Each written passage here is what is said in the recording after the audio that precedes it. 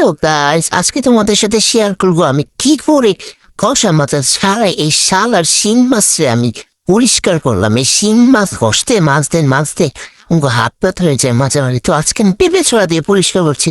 তো দেখতে পাচ্ছ আমি এখানে একটা পরিমাণ পেঁপে ছোলা নিয়ে নিয়েছি।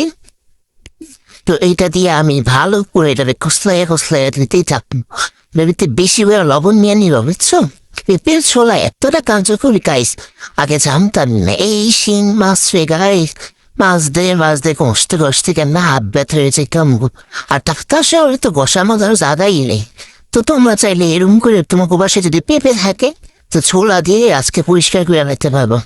কিন্তু দেখতে পারতেছো আমি এটাকে কেমনি করে পরিষ্কার করতে করছিলাম গাইস, একদম পুরা সাদা হয়ে। দেখছো ময়লাগুলো কিভাবে বেরোচ্ছে?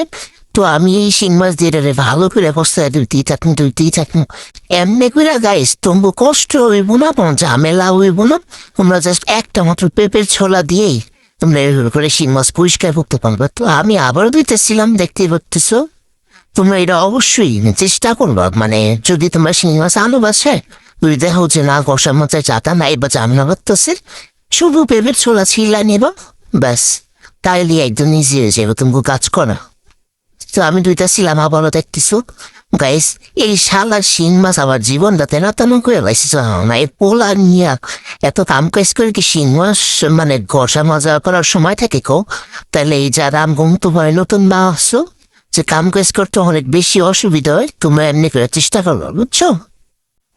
তো এত কথা বইতে দেখো আমার শিং মাছ প্রায় অর্ধেক পরিষ্কার হয়েও যাইতেছে। তো আমি আবারও পরিষ্কার করতেছিলাম, তোমরা দেখতেছো।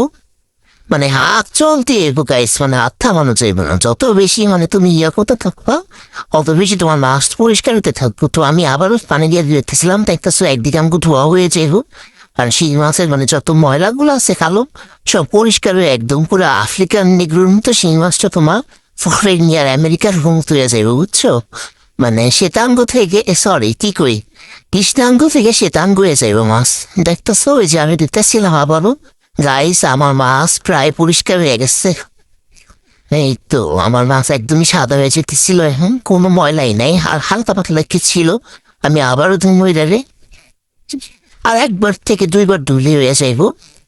এই তো আমার মাছ ধোয়া একদমই কমপ্লিট। এতক্ষণ ভিডিওটি দেখার জন্য ধন্যবাদ।